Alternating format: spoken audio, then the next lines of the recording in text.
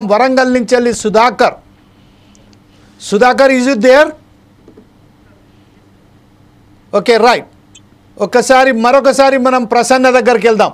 ప్రసన్న, ఏదైతే తెలంగాణ రాష్ట్రానికి సంబంధించిన ఆర్టీసీ శాఖ హైదరాబాద్ విజయవాడకు ఒక bus service, luxury bus service, sleeper come seater, non AC coach, అలాగే సూపర్ లగ్జరీ బస్సులను ఇంట్రడ్యూస్ చేసింది.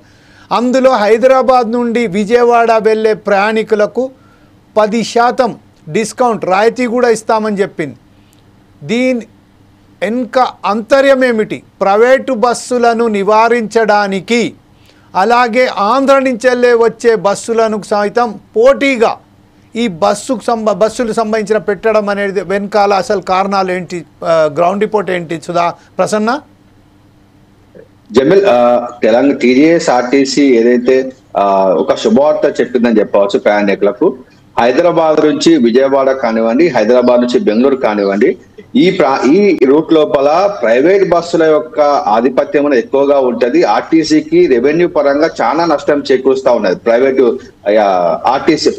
బస్సుల వల్ల.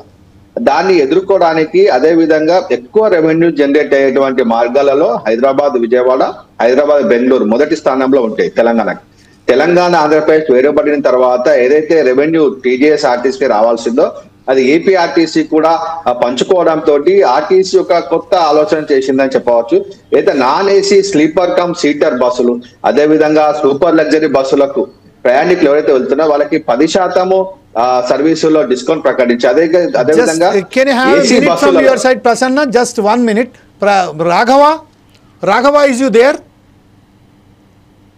రాఘవ, ఏదైతే ఆంధ్రప్రదేశ్కు సంబంధించిన యూనివర్సిటీస్కు వైస్ ఛాన్సలర్స్ నియామకం జరిగింది. 9 మంది వైస్ ఛాన్సలర్స్ నియమిస్తూ ఆంధ్రప్రదేశ్ ప్రభుత్వం ఒక నిర్ణయం తీసుకుంది.